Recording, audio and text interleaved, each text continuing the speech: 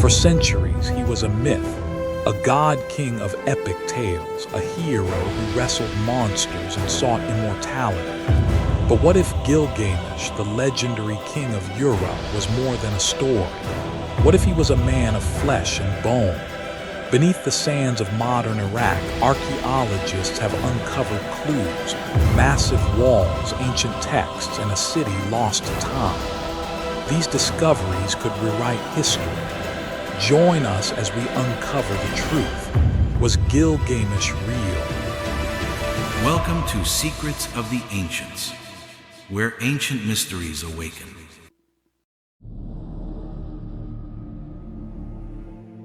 In the heart of ancient Mesopotamia, where the Tigris and Euphrates rivers cradle the cradle of civilization, a story was born, one so powerful it has echoed through 4 millennia.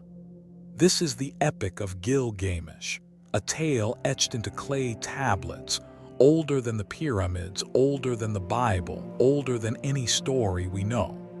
It speaks of a king, a hero, a man named Gilgamesh, ruler of the great city of Uruk, a man who wrestled monsters, defied gods, and sought the secret of eternal life.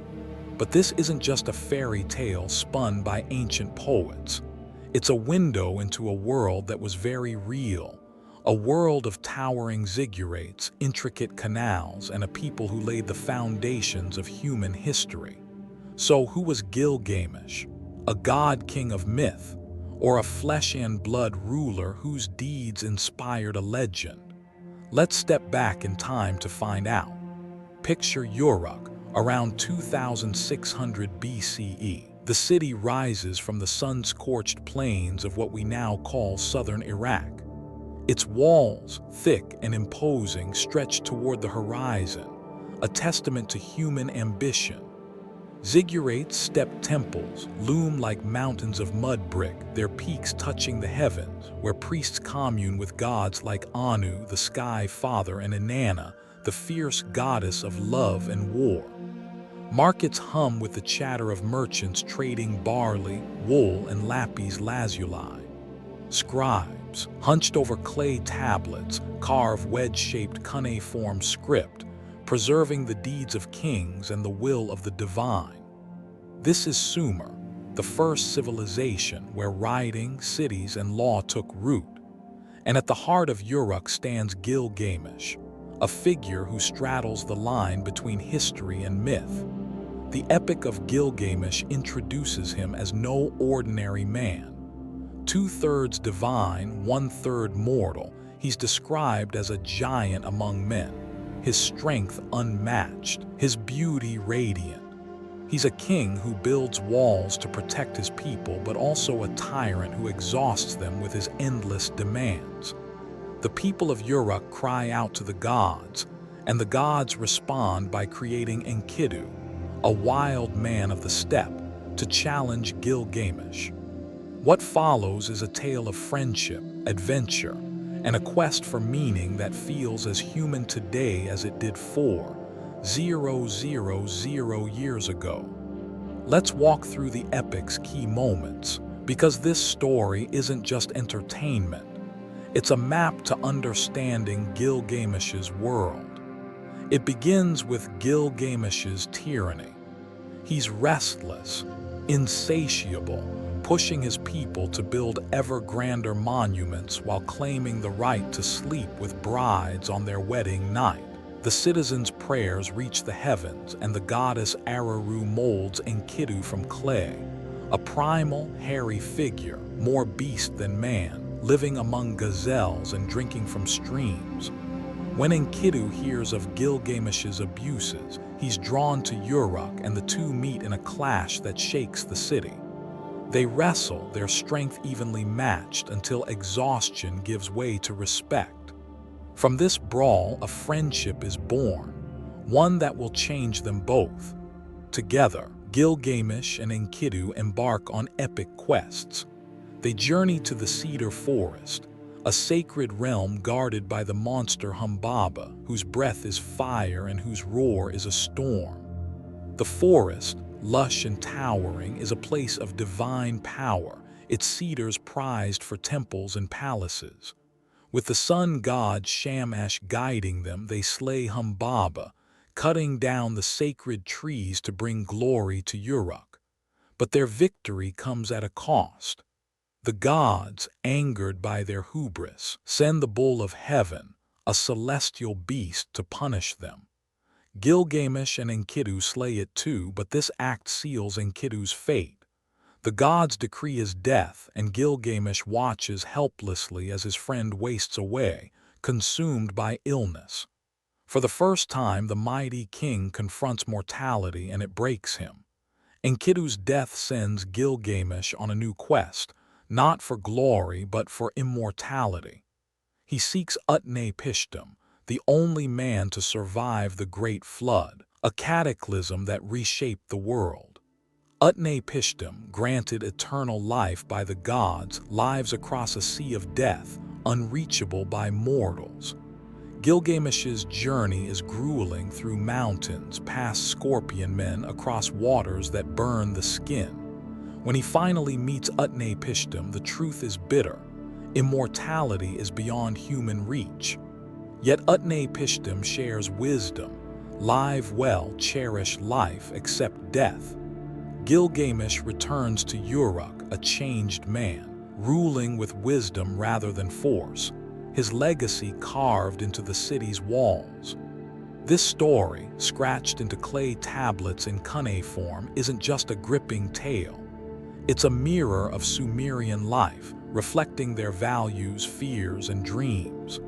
The epic captures the tension between human ambition and divine limits, between the fleeting nature of life and the longing for eternity. It's a spiritual meditation, a philosophical treatise, and a damn good adventure, all rolled into one. But what makes it truly remarkable is its age. Written around 2100 BCE in its earliest complete form, it predates Homer's Iliad by over a millennium. It's the oldest epic we have, a cornerstone of human literature, born in a city that was itself a marvel. Let's talk about Uruk, because this city is as much a character in the story as Gilgamesh himself.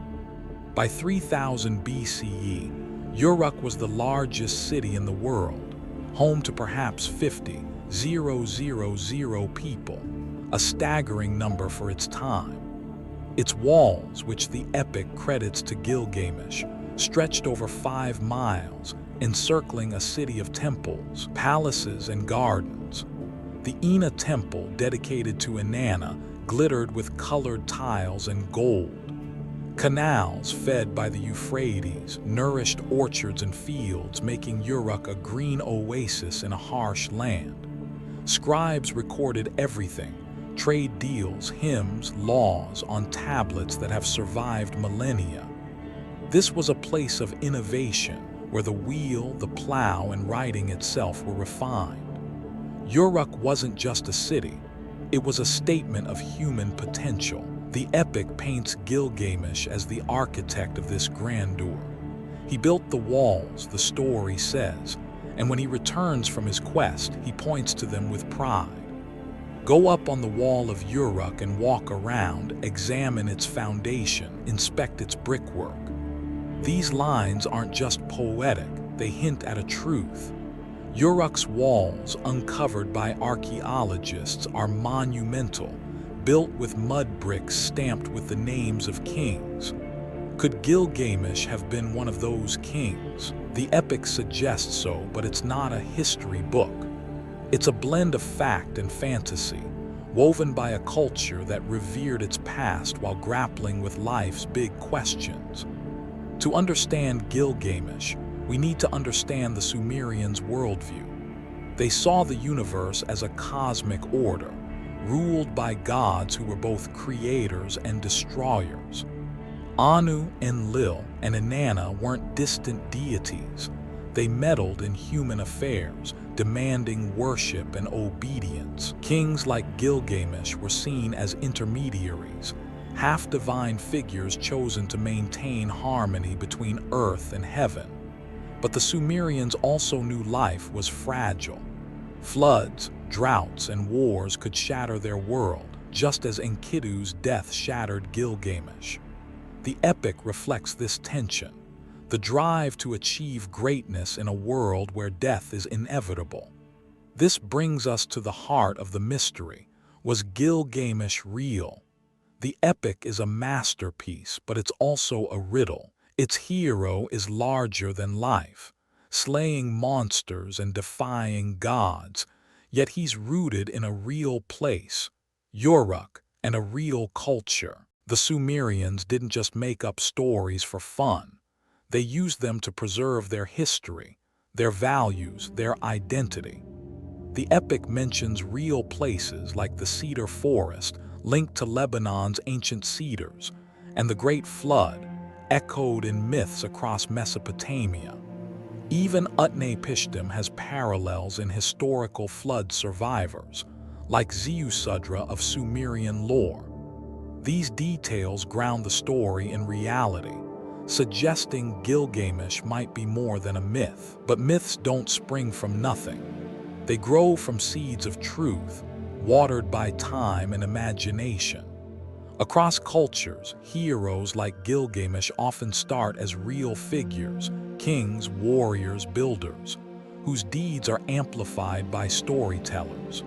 Think of King Arthur, a shadowy figure from Britain's past, or Achilles, possibly inspired by a Mycenaean warrior. Gilgamesh fits this pattern. His name appears not just in the epic but in other texts like the Sumerian king list, a document we'll explore later. This list, carved into clay, records rulers with uncanny precision, blending history with legend. Gilgamesh's place in it is our first clue that he might have walked the earth. The epic also reveals the Sumerians' obsession with legacy. Gilgamesh's quest for immortality isn't just about living forever, it's about being remembered. In Sumer, where life was short and precarious, leaving a mark was everything. Kings built monuments, scribes wrote chronicles, and poets sang of heroes. Gilgamesh's story, with its focus on walls and deeds, reflects this drive. When he returns to Uruk, he accepts death but finds solace in his city's enduring beauty. It's a profoundly human moment, one that resonates with anyone who's ever wondered, will I be remembered? Let's pause to consider the spiritual weight of this story. The epic isn't just an adventure, it's a meditation on existence. Gilgamesh's grief for Enkidu, his fear of death, his search for meaning, these are universal. They speak to the Sumerians' belief that life is a gift, fragile and fleeting, yet rich with possibility. The gods in the epic are capricious, but they also teach humility. Gilgamesh learns that immortality belongs to the divine, but wisdom, love, and legacy are within human reach. This blend of pragmatism and mysticism is quintessentially Sumerian, a culture that balanced earthly ambition with reverence for the divine. As we move deeper into this investigation, we need to ask, what's the line between history and myth? The Epic of Gilgamesh is a story, yes, but it's rooted in a real place, a real time, and a real people. Uruk's walls still stand in the sands of Iraq, their bricks whispering of a king who might have built them. The Sumerian king list, a document older than the epic itself, names Gilgamesh as a ruler, not a god. And later kings, centuries after his time, claimed him as their ancestor, their divine brother. These are threads in a tapestry, weaving a picture of a man who may have lived, loved, and died in the shadow of Uruk's ziggurats. Before we dive into the evidence, let's linger on the epic's power. It's not just a story, it's a bridge to a lost world. The Sumerians, through their words, invite us into their minds, their fears, their dreams. They show us a king who was flawed, heroic, and deeply human. Whether Gilgamesh was real or not, his story is a testament to the enduring power of narrative. It's a reminder that even in the dawn of civilization, people wrestled with the same questions we do today. Who are we? Why are we here? What do we leave behind? So, as we stand at the gates of Uruk, gazing at its walls, we're left with a question. Was Gilgamesh a man who became a myth, or a myth inspired by a man? To answer that, we need to leave the world of poetry and step into the realm of history. Our next clue lies in a document that claims to record the kings of Sumer, a list that includes a name we know well: Gilgamesh. Beneath the sands of Iraq, where the past whispers to those who listen, lies a document older than empires, older than nations, a chronicle carved in clay that holds the names of kings who ruled when the world was young. This is the Sumerian king list, a text that reads like a bridge between history and myth. And at its heart, we find a name that haunts us: Gilgamesh.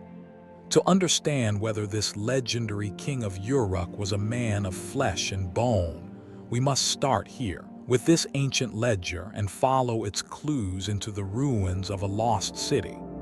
The story it tells isn't simple. It's a tapestry of truth and exaggeration, woven by a people who saw their kings as both human and divine. So, let's step into the world of Sumer, where the line between fact and legend blurs, and see what secrets we can uncover. The Sumerian king list isn't just a list. It's a sacred record, a testament to the Sumerians' obsession with order, legacy, and the divine right of kings. Compiled around 2000 BCE, though based on older traditions, it's a catalog of rulers who governed the cities of Sumer, from the mythical dawn of time to the historical present of its scribes. Picture a dimly lit room in ancient Nippur, the religious heart of Sumer, where priests and scribes labor over clay tablets, their styluses pressing wedge-shaped marks into soft clay. These marks, known as cuneiform, are the world's first writing system, a gift from Sumer to humanity. The king list they create is no mere bureaucratic record. It's a story of divine mandate, a claim that kingship was lowered from heaven to guide humanity after a great cataclysm. The king list begins with eras so ancient they feel like dreams. It speaks of kings who ruled for thousands of years, a Lulim of Eridu, reigning for 800 years, or a Laogar, who held sway for 36,000. These numbers are fantastical, a nod to a mythological past where time itself was fluid, shaped by gods like Enlil, the storm lord who ordained kingship. But as the list moves forward, the reigns grow shorter, more grounded. By the time we reach Uruk, the city of Gilgamesh, the numbers start to feel less like myth and more like memory. Here, in the first dynasty of Uruk, the king list names Gilgamesh as the fifth king, ruling for 126 years after a great flood that reshaped the world. A century and a quarter, still hard to swallow, but the Sumerians weren't writing history as we know it. They were blending fact with reverence, inflating the reigns of their greatest kings to reflect their divine stature. What makes Gilgamesh's entry in the king list so compelling isn't the number, it's the company he keeps. Alongside him are figures we can verify, like Enkidu of Kish, a king who ruled around 2600 BCE, roughly the same period scholars peg for Gilgamesh. Enkidu isn't a myth. His name appears on inscriptions, fragments of stone that confirm his existence. Archaeologists have found vases and seals bearing his titles, tying him to the city of Kish, a rival to Uruk in Sumer's patchwork of city-states. If Enkidu was real, a king whose reign left tangible traces, then Gilgamesh, listed just a few lines away, might be more than a story. The king list places them in a shared historical moment, a time when Sumer was flourishing, its cities competing for power and prestige. This juxtaposition is our first clue, a hint that Gilgamesh wasn't conjured from thin air but rooted in a real past. But the king list isn't a perfect record. It's a product of its time, written centuries after the events it describes by scribes who served later kings. These scribes had agendas to legitimize their rulers, to glorify Sumer's past, to tie their cities to the divine. Gilgamesh's 126-year reign, like those of his predecessors, reflects this mythic lens. In Sumerian thought, a great king wasn't just a man. He was a vessel of divine will. His life stretched to godlike proportions in the telling. Yet the list's historical core is undeniable.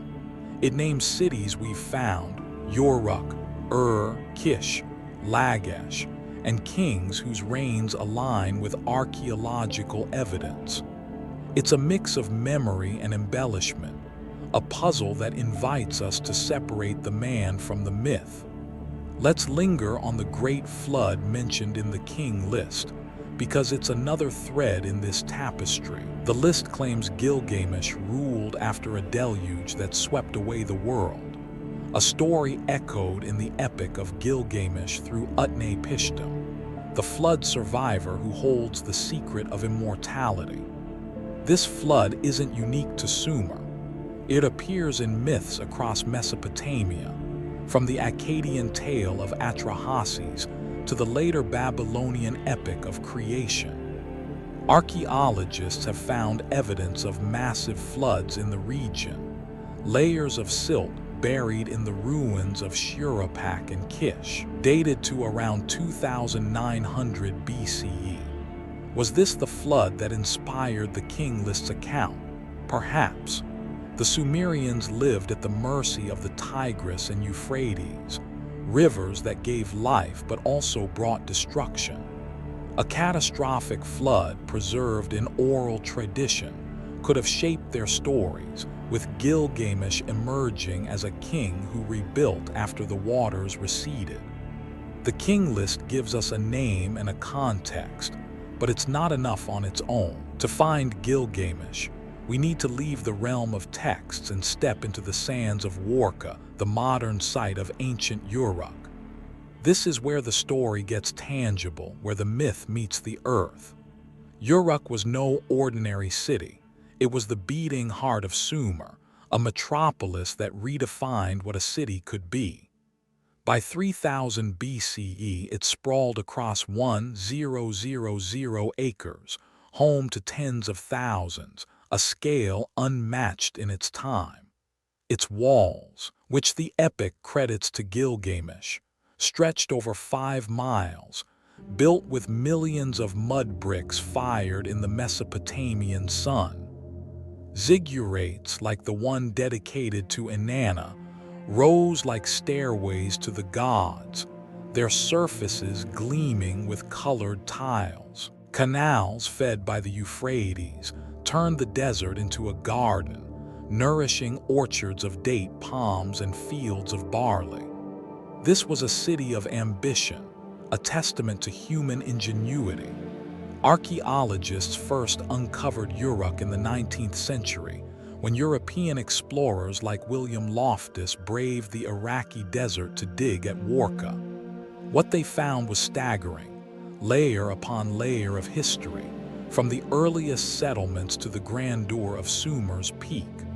The walls, still standing in parts, were monumental, up to 30 feet thick, their foundations sunk deep into the earth. Bricks stamped with the names of kings hinted at the rulers who built them, though none bore Gilgamesh's name directly. Temples, like the Ina precinct, revealed intricate mosaics and statues of gods, their eyes wide with divine power. Canals, some still traceable, showed a mastery of engineering that matched the epic's descriptions of Uruk's splendor. These discoveries weren't just ruins. They were proof of a civilization that could inspire a legend like Gilgamesh. The walls of Uruk are particularly striking because the epic makes them Gilgamesh's legacy. "Go up on the wall of Uruk and walk around," he says, pointing to their strength as his enduring mark. Archaeologists date these walls to around 2700 BCE, close to the time Gilgamesh may have lived. Their scale is staggering: millions of bricks, laid with precision, fortified with towers and gates. Building them would have required a leader of vision, someone who could marshal thousands of laborers, organize resources, and inspire loyalty. Could this have been Gilgamesh? The epic's claim isn't proof, but it's a clue, a whisper from the past that aligns with what we see in the ground. Other artifacts deepen the mystery. Pottery, seals, and tablets from Uruk's ruins date to the early dynastic period, roughly 2900–2350 BCE, the era when Gilgamesh likely ruled. Some seals depict a bearded king, often wrestling lions or standing triumphant, images that echo the epic's portrayal of Gilgamesh as a warrior king. These aren't portraits, they are symbolic, but they show how Sumerians imagined their rulers: strong, divine, heroic. Tablets from later periods mention Gilgamesh, not as a myth but as a figure of reverence. Kings like Shulgi of who ruled around 2100 BCE, called Gilgamesh their divine brother, claiming kinship to bolster their own legitimacy. This isn't direct evidence, but it's another thread, suggesting Gilgamesh was remembered as a historical figure, not just a story. Let's talk about Shulgi for a moment, because his reverence for Gilgamesh is telling. Shulgi was a king of the third dynasty of a period when Sumer reached new heights. He built temples, standardized weights, and left inscriptions boasting of his divine lineage. In one hymn, he calls Gilgamesh his brother, a nod to a shared heritage. This wasn't just flattery, it was a political move. By linking himself to Gilgamesh, Shulgi tied his reign to Uruk's golden age, claiming the mantle of a legendary king. This reverence, centuries after Gilgamesh's supposed time, suggests he wasn't a fictional hero but a figure rooted in Sumerian memory, a king whose name carried weight. The archaeological evidence from Uruk isn't a smoking gun. No statue or tablet bears Gilgamesh's signature from his own time. But history rarely works that way, especially in Sumer, where records from 2600 BCE are scarce. The absence of a direct inscription doesn't disprove his existence, it reflects the limits of what survives. Clay tablets crumble, inscriptions erode, and floods bury the past. What we have is a web of indirect clues. The king lists record, the walls of Uruk, the reverence of later kings. These pieces don't prove Gilgamesh was real, but they make it plausible, compellingly so. Let's step back and consider the Sumerians' mindset, because it shapes how we read these clues. To them, history wasn't a dry chronicle of dates and facts. It was a sacred narrative, a dialogue between humans and gods. Kings were more than rulers. They were chosen by Enlil and Inanna, tasked with upholding cosmic order. The king list reflects this, blending historical kings with mythical reigns to create a story of divine continuity. Gilgamesh's place in this story suggests he was real enough to be remembered but great enough to be mythologized. His 126-year reign is a poetic flourish, a way to honor a king whose deeds loomed large. The spiritual dimension of this evidence is worth exploring. The Sumerians saw their world as a fragile balance, sustained by rituals and offerings to gods who could bless or curse. A king like Gilgamesh, if he existed, would have been a priest as much as a ruler, leading ceremonies at the Ina temple, offering barley and sheep to Inanna. The epic portrays him as a man who defies the gods, yet the king list and later inscription suggest he was revered as a divine figure after death. This deification wasn't unusual. Sumerian kings often became gods in memory, their names invoked in prayers and hymns. Gilgamesh's transformation from man to myth mirrors this process, a testament to the Sumerians' belief that great lives could transcend mortality. Archaeology adds another layer to this spiritual story. The ruins of Uruk reveal a city obsessed with the divine. Temples dominated its skyline, their altars stained with the offerings of priests. Statues of gods with wide, unblinking eyes stared out from sanctuaries, embodying the Sumerians' awe of the cosmos. The canals and gardens, so central to Uruk's survival, were seen as gifts from the gods, maintained by kings who channeled divine favor. If Gilgamesh built these, as the epic claims, he wasn't just a leader. He was a conduit of divine will, a man whose works bridged earth and heaven. This spiritual lens helps us understand why his story endured, growing from history into legend. The Sumerian king list and Uruk's ruins don't give us a clear portrait of Gilgamesh, but they offer something better, a puzzle.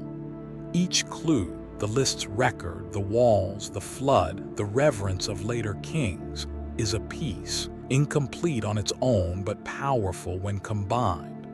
Scholars lean toward a historical Gilgamesh, a king who ruled around 2600 BCE, whose deeds were so remarkable they inspired a myth that outlasted his city.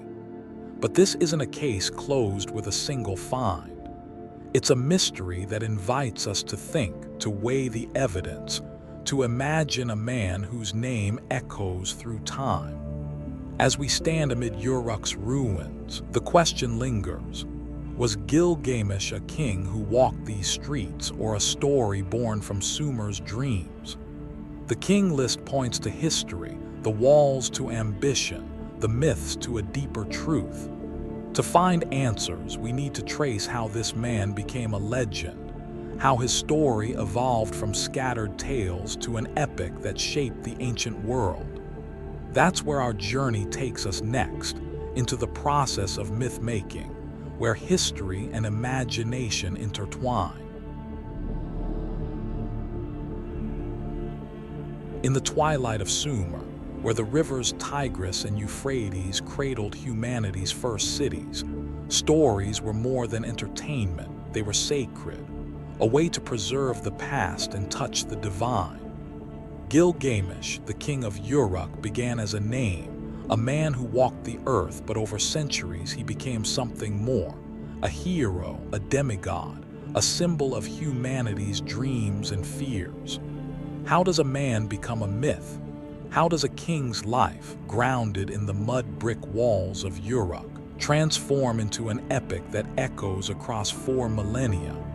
To answer this, we must journey into the heart of Sumerian storytelling, where history and imagination intertwine, where a king's deeds were woven into a tapestry of legend by poets, priests, and scribes. This is the story of how Gilgamesh, a figure rooted in the sands of Iraq, became immortal, not in body but in story. Let's begin with the Sumerians, a people whose genius reshaped the world. By 3000 BCE, they had invented writing, built cities, and crafted laws, but their greatest legacy was their stories. In Sumer, storytelling wasn't just art. It was a sacred act, a way to honor gods, kings, and the fragile order of existence. Picture a village at dusk, the air thick with the scent of barley and dust. Families gather around a fire, their faces lit by flickering flames, as a storyteller recites tales of heroes and gods. These weren't idle tales. They were the Sumerians' way of remembering who they were, of passing down truths too precious to lose. Gilgamesh's story began here, in the oral traditions of Uruk, a city that pulsed with life and ambition. The Epic of Gilgamesh, as we know it, wasn't born whole. It started as fragments, disconnected tales told in Sumerian, the language of Uruk's people. These early stories, dating to around 2100 BCE, were like seeds scattered across Mesopotamia. One tale, called Gilgamesh and the Bull of Heaven, describes the king and his friend Enkidu slaying a divine beast sent by the goddess Inanna. Another, Gilgamesh and Humbaba, recounts their battle with the monstrous guardian of the cedar forest. A third, the death of Gilgamesh, mourns the king's passing, portraying him as a revered figure entering the underworld. These stories, preserved on clay tablets, were short, vivid, and steeped in the Sumerian worldview, a world where gods walked among men and kings were both human and divine. These early tales weren't unified. They were snapshots, each capturing a moment in Gilgamesh's life, real or imagined. Imagine a Sumerian priest chanting Gilgamesh and Enkidu at the cedar forest during a festival for Shamash, the sun god. The crowd, gathered at the foot of Uruk's ziggurat, would have thrilled to the tale of their king's bravery, his axe cleaving through Humbaba's monstrous form. Or picture a scribe in a quiet temple, transcribing the death of Gilgamesh for a royal funeral, his stylus pressing grief into clay. These stories were alive, performed at feasts, rituals, and burials, each telling shaped by the teller's voice, the audience's mood, the god's favor. They were fluid, growing with each recitation, like a river carving new paths through the desert. What makes these Sumerian tales so compelling is their grounding in reality. The cedar forest, described as a sacred realm of towering trees, mirrors the cedar-rich mountains of Lebanon, a region Sumerians traded with for timber. The Bull of Heaven, a celestial beast, reflects the Sumerians' fascination with the stars, where constellations like Taurus held divine power. Even the Great Flood, central to the later epic, draws from real events, catastrophic floods that buried cities like Uruk around 2900 BCE, their silt layers unearthed by archaeologists. These details tether the stories to Sumer's world, suggesting they weren't pure fantasy, but embellishments of a historical core. A king who built walls, fought battles, or led his city through crisis could have inspired these tales, his name growing larger with each generation. But how did these scattered stories become the Epic of Gilgamesh? The answer lies in the rise of Babylon, a city that inherited Sumer's legacy and reshaped it. By 1800 BCE, Sumer had faded, its city-states absorbed by the Akkadian and Babylonian empires.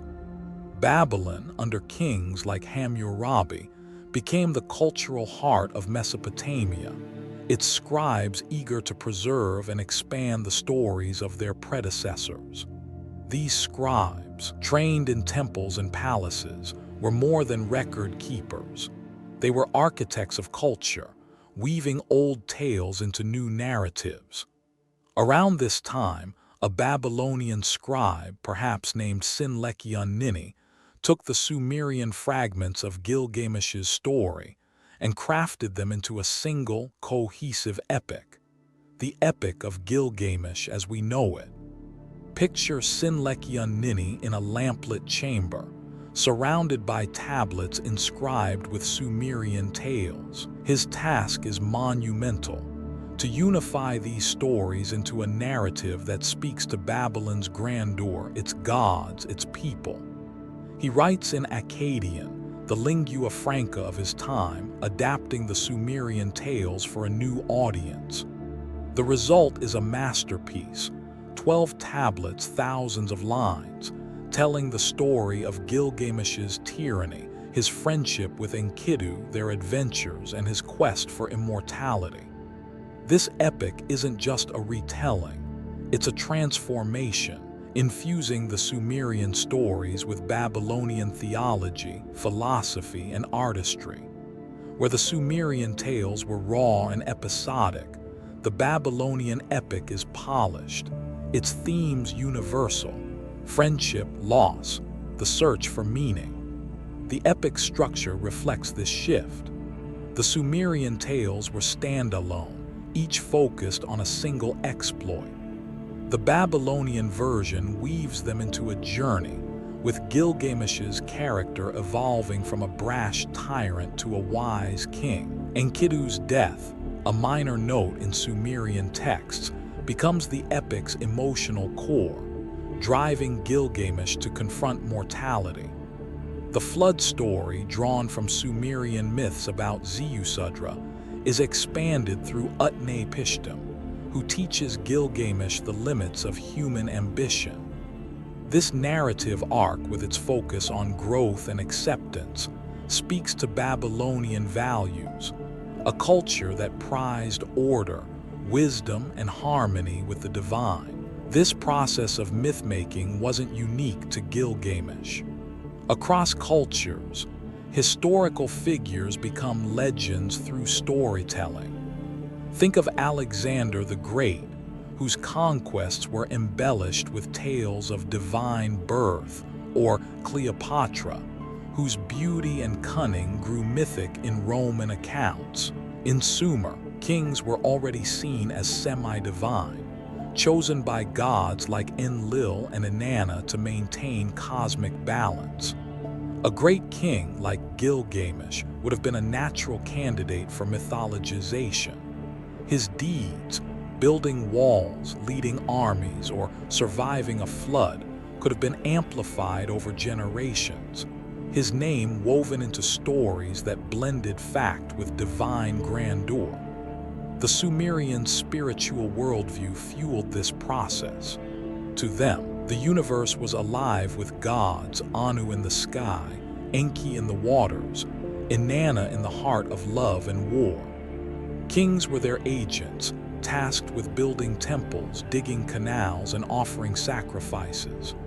A king like Gilgamesh, if he existed, would have been a priest king, leading rituals at Uruk's Ina temple, his hands stained with the blood of offerings. After his death, his memory would have been enshrined in hymns and prayers, his name invoked to bless crops or ward off floods. This deification, common in Sumer, turned historical kings into gods, their stories growing larger with each retelling. In the sands of Iraq, where the ruins of Uruk whisper secrets older than time, the name Gilgamesh lingers, a shadow cast across 4 millennia. Was he a king who walked these streets, his hands shaping the mighty walls of Sumer's greatest city? Or was he a myth, a story woven by poets to capture the soul of a civilization? The question isn't new. For centuries, scholars, archaeologists, and dreamers have wrestled with it, piecing together a puzzle that refuses to yield a single answer. The Epic of Gilgamesh, with its tales of heroism and heartbreak, is a beacon, drawing us into a debate that's as much about who we are today as it is about who Gilgamesh was 4,000 years ago. Let's step into this debate, explore its contours, and discover why this ancient king still speaks to us in a modern world. The academic world is a battleground of ideas, where evidence and interpretation clash like warriors in Uruk's ancient markets. On one side stand those who see Gilgamesh as a historical figure, a king who ruled Uruk around 2600 BCE, his deeds immortalized in clay and stone. Their evidence is compelling, rooted in the Sumerian king list, a chronicle etched around 2000 BCE that names Gilgamesh as the fifth king of Uruk's first dynasty, reigning for a mythical 126 years after a great flood. This document, preserved on clay tablets from Nippur, isn't a fairy tale. It lists real cities like Uruk, Kish, and and kings like Enkidu of Kish, whose inscriptions from 2600 BCE confirm his existence.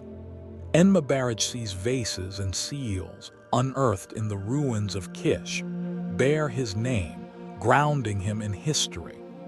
Gilgamesh, placed alongside him in the king list, seems to step out of myth into reality.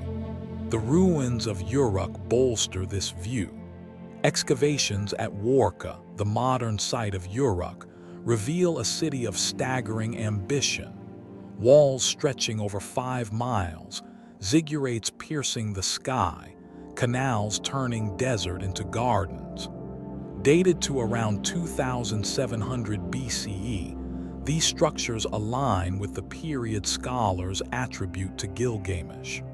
The epic credits him with building Uruk's walls, a claim echoed in the king list's reverence for his reign.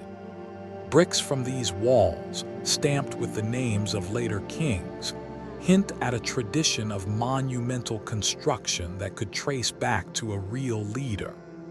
Later rulers, like Shulgi of who ruled around 2100 BCE, called Gilgamesh their divine brother, a nod to his historical weight. Shulgi's hymns, carved in cuneiform, suggest Gilgamesh was more than a story, a revered ancestor whose legacy lent legitimacy to new dynasties.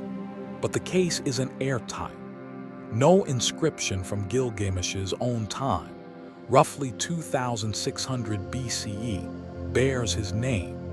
The earliest records mentioning him, like the Sumerian king list, come centuries later, written by scribes with agendas to glorify their past. The 126-year reign is a red flag, a poetic exaggeration typical of Sumerian records, where great kings were given godlike lifespans. The flood story, too, complicates things. While archaeological layers of silt at Shuruppak and Kish suggest a major flood around 2900 BCE, it's not definitive proof of the king list's cataclysm. Scholars who lean toward a historical Gilgamesh argue that these clues, the king list, the ruins, the reverence of later kings, form a web of evidence, not a single smoking gun. They see a king whose deeds were so remarkable they inspired a legend, his memory preserved in clay and oral tradition. On the other side of the debate are those who view Gilgamesh as a mythic construct, a symbol crafted to embody Sumerian ideals. To them, the Epic of Gilgamesh is literature, not history, a story of heroism, friendship, and mortality that reflects Sumer's cultural soul rather than a specific king. They point to the epic's fantastical elements, Gilgamesh's two-thirds divine nature, his battles with monsters like Humbaba, his journey across a sea of death. These aren't the acts of a mortal king, but the stuff of myth, akin to Hercules or Odin. The Sumerian tales, like Gilgamesh and the Bull of Heaven, were oral traditions, fluid and embellished, before Babylonian scribes unified them into the epic around 1800 BCE. These scholars argue that Gilgamesh could be a composite, blending the deeds of multiple kings or the aspirations of a civilization. The lack of contemporary evidence fuels this skepticism. Unlike Enkidu, whose inscriptions survive from 2600 BCE, Gilgamesh has no direct footprint, no statue, no seal, no tablet from his era. The Sumerian king list, written centuries later, is a mix of history and myth, its early kings reigning for thousands of years. Critics argue it's more propaganda than record, designed to glorify Sumer's past and legitimize later rulers. The walls of Uruk, while impressive, bear no definitive link to Gilgamesh. Other kings could have built them. Shulgi's reverence, too, could be a political ploy, claiming kinship with a legendary figure to bolster his own divine status. To these scholars, Gilgamesh is a cultural archetype, not a man, his story a mirror of Sumer's values, strength, ambition, and the struggle against death. Yet the truth likely lies in a gray area, a space where history and myth blend. Most scholars today lean toward a historical Gilgamesh, a king of Uruk around 2600 BCE whose achievements were extraordinary enough to spark a legend. His name in the king list, alongside verifiable figures like Enkidu, suggests a real ruler. The walls and canals of Uruk, dated to his era, point to a leader of vision and power. The reverence of later kings, from Shulgi to Neo-Assyrian rulers, implies a memory rooted in history, not fiction. But the epic's grandeur, its monsters, gods, and quests, shows how this memory was amplified, shaped by centuries of storytelling into a myth that outlasted its origins. This middle ground sees Gilgamesh as both man and symbol, a king whose life was real but whose story grew larger than life. The debate isn't just academic, it's philosophical, even spiritual. The Sumerians saw their world as a delicate balance, ruled by gods like Anu, Enlil, and Inanna, whose whims shaped human fate. Kings were their intermediaries, tasked with maintaining order through temples, canals, and sacrifices. A historical Gilgamesh would have been a priest-king, leading rituals at Uruk's Ina temple, his prayers rising with the smoke of offerings. After his death, he was deified, his name invoked in hymns and prayers, a practice common in Sumer. The epic reflects this, portraying him as a man who defies gods but ultimately submits to their will. This tension, human ambition versus divine limits, is the story's spiritual core, a meditation on what it means to be mortal. The epic's themes transcend its time, making Gilgamesh a figure of modern relevance. His friendship with Enkidu speaks to our need for connection, a bond that anchors us in a chaotic world. His grief, raw and consuming, mirrors our own encounters with loss. His quest for immortality, driven by fear of death, is a universal human impulse, as alive today as it was in Uruk. The Sumerians, like us, lived in a world of uncertainty. Floods, wars, and droughts threatened their survival, just as pandemics, conflicts, and climate crises haunt us now. Gilgamesh's journey from arrogance to wisdom offers a timeless lesson. Meaning lies not in escaping death, but in living well, in leaving a legacy that endures. This legacy connects ancient Uruk to our world. The Epic of Gilgamesh is more than a relic. It's a cornerstone of human literature, influencing stories from the Bible to Homer's Odyssey. Its flood narrative, With Utnapishtim surviving a deluge, echoes Noah's Ark and other ancient myths, suggesting a shared cultural memory. Its exploration of mortality inspired later epics, from Achilles' Rage to Dante's Divine Journey. Today, Gilgamesh appears in novels, films, and games, his story retold in modern contexts. Scholars study him in universities from Harvard to Baghdad, while readers find solace in his struggles. In Iraq, where Uruk's ruins stand as a testament to Sumer's genius, Gilgamesh is a symbol of heritage, a reminder of a past that shaped civilization. The epic's modern resonance is spiritual as much as literary. In Sumer, life was a dance with the divine, a balance of awe and defiance. The epic captures this, showing Gilgamesh challenging gods like Ishtar yet bowing to their power. Today, we may not worship Inanna, but we grapple with the same questions. Why do we suffer? What lasts beyond our lives? Gilgamesh's answer, build, love, remember, speaks to our search for purpose in a world that often feels fleeting. His story reminds us that legacy isn't just for kings. Whether through art, family, or acts of kindness, we all seek to leave a mark, to etch our names into the clay of time. Archaeology keeps this connection alive. Excavations at Uruk continue, with teams from Germany, Iraq, and beyond sifting through Uruk's layers. Each find, a tablet, a seal, a brick, adds to the puzzle, bringing us closer to the world that birthed Gilgamesh. In 2019, archaeologists uncovered new sections of Uruk's canals, their engineering a testament to the city's ambition. These discoveries aren't just artifacts. They're bridges to a past where a king, perhaps named Gilgamesh, dreamed of greatness. The Iraqi people, despite war and hardship, preserve this heritage. Their museums and sites a testament to a civilization that gave us writing, law, and story. The debate over Gilgamesh's existence isn't about finding a definitive answer. It's about embracing the mystery.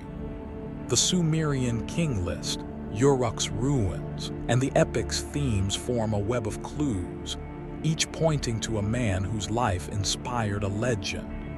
Scholars may disagree on the details, but they agree on one thing: Gilgamesh matters. Whether he was a king, a symbol, or both, his story captures something essential about being human: our drive to create, to connect, to defy our limits. This universality makes him modern, a figure who speaks to us across the ages, from the ziggurats of Uruk to the cities of today. The spiritual lens of this debate is particularly compelling. The Sumerians saw their world as a cosmic drama, where humans played roles scripted by gods. Gilgamesh, in the epic, is a man caught in this drama, his rebellion and redemption a reflection of Sumerian faith. His deification after death, common for great kings, shows how the Sumerians blurred the line between mortal and divine. Today, we may not deify our heroes, but we immortalize them in stories, films, and monuments, seeking to preserve what matters. Gilgamesh's journey through grief, quest, and acceptance mirrors our own spiritual searches, whether through religion, philosophy, or art. The modern legacy of Gilgamesh extends beyond academia. In literature, he inspires works like John Gardner's Gilgamesh novel, which reimagines his story for a contemporary audience. In pop culture, he appears in video games like Final Fantasy and comics, his image adapted to new myths. In Iraq, where Uruk's ruins are a UNESCO World Heritage Site, Gilgamesh is a source of pride, a link to a past that predates empires. For scholars, he's a window into Sumer's genius. For readers, he's a mirror of human longing. His story, preserved in clay, has outlasted kingdoms, a testament to the power of narrative to transcend time. This act of preservation is itself a spiritual act. The Sumerians believed stories were sacred, a way to commune with the divine and defy oblivion. The epic's survival, from Sumerian firesides to Babylonian libraries to modern bookshelves, is a miracle of human resilience. Each tablet, each retelling, is a refusal to let the past die. In this sense, Gilgamesh achieved the immortality he sought, not through eternal life but through eternal memory. His story invites us to consider our own legacies, to ask what we'll leave behind in a world that keeps turning. The debate over Gilgamesh, man or myth, is less about facts than about meaning. The evidence suggests a historical king, a ruler of Uruk whose deeds sparked a legend. The king list names him. The ruins echo his ambition, and later kings revered him. But the epic's grandeur, its monsters and gods, shows how memory became myth, shaped by a culture that saw greatness as divine. This ambiguity is what makes Gilgamesh compelling. He's a puzzle, a question, a story that asks us to weigh the evidence and decide for ourselves. Was he a man who became a god, or a god born from human dreams? The answer lies in the interplay of history and story, in the ruins of Uruk and the words that outlived them. As the sun dips below the horizon, casting its golden glow over the ruins of Uruk, we stand at the edge of a mystery that has haunted humanity for 4,000 years. The name Gilgamesh echoes through these sands, carried on the wind that whispers through the crumbling walls of a city that once touched the heavens. Was he a king who walked these streets, his hands shaping the very bricks that still stand? Or was he a dream, a story woven by Sumerian poets to capture the soul of a civilization? The truth, as we've seen, isn't a single artifact or inscription.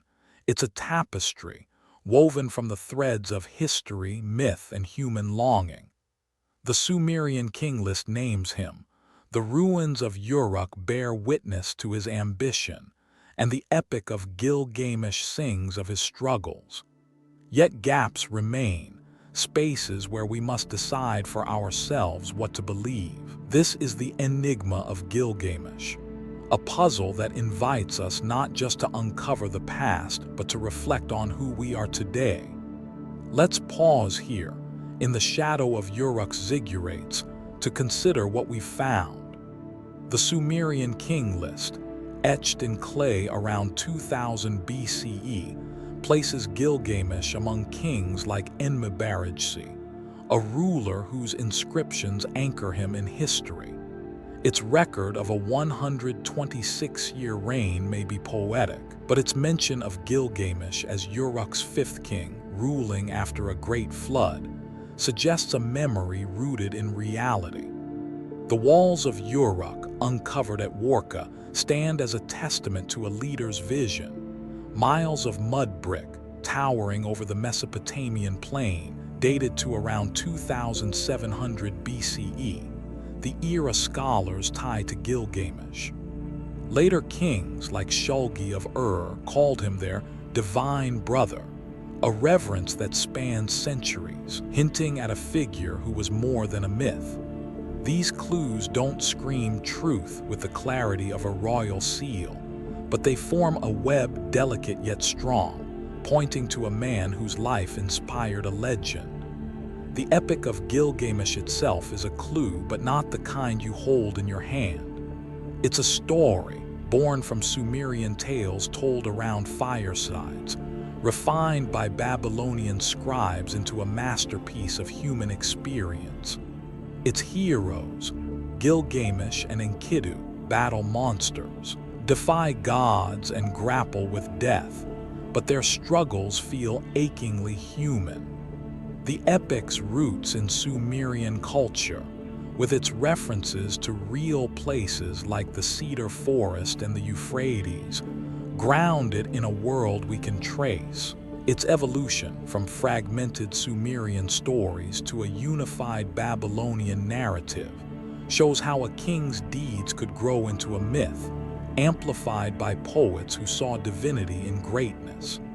This process, history becoming legend, is the heart of our journey, a reminder that stories are how we preserve what matters. But the gaps in this story are as compelling as the evidence. No tablet from 2600 BCE bears Gilgamesh's name. No statue, no grave, no definitive proof marks his existence.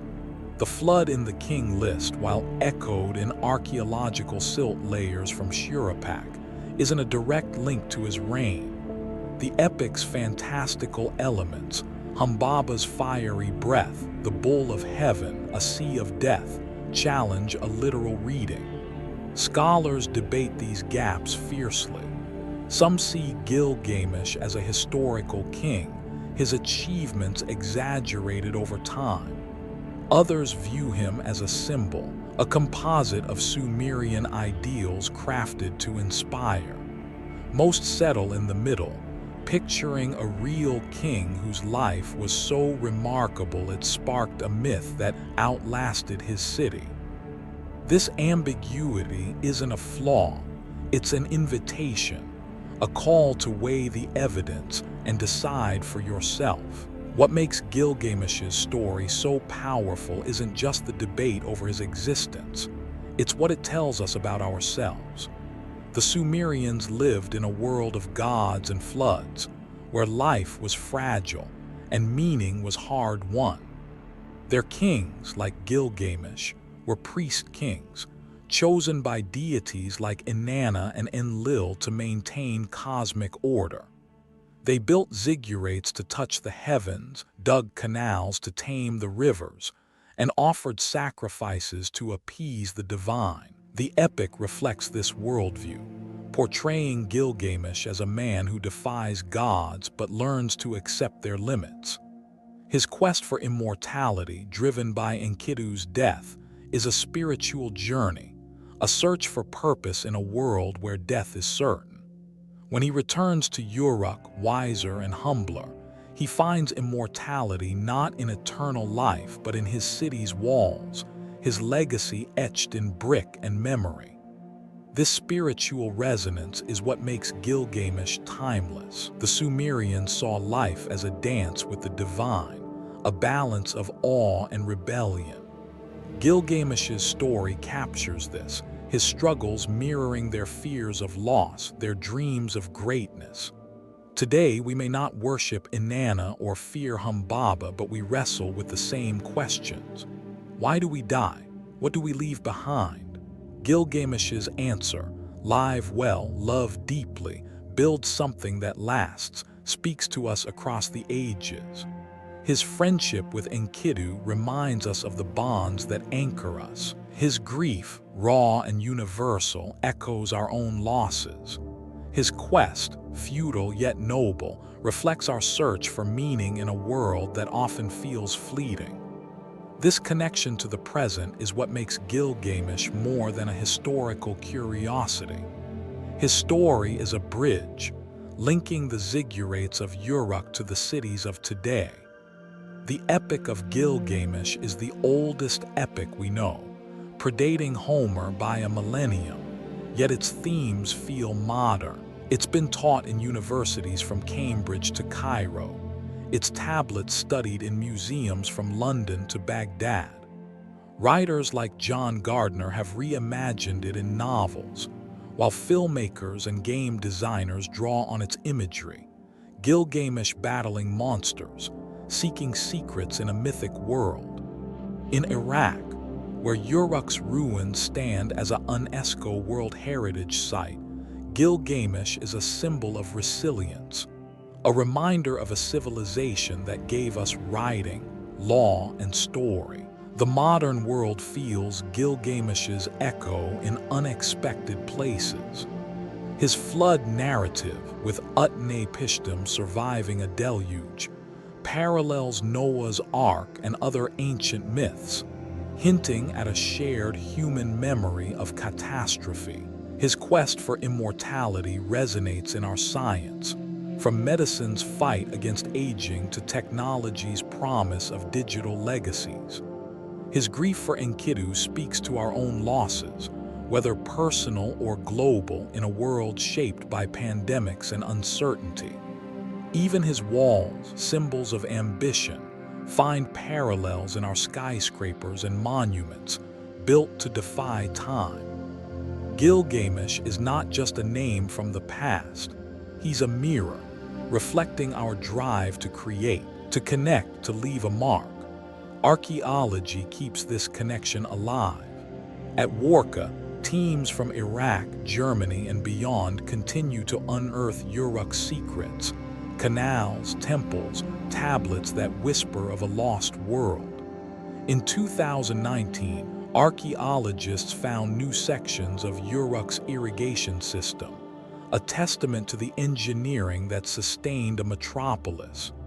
These discoveries aren't just artifacts, they are threads linking us to Sumer, to a king who may have walked these streets. The Iraqi people, despite decades of conflict, preserve this heritage, their museums and sites a testament to a civilization that shaped humanity. Each shovel in the sand, each tablet deciphered, brings us closer to Gilgamesh, to the man behind the myth.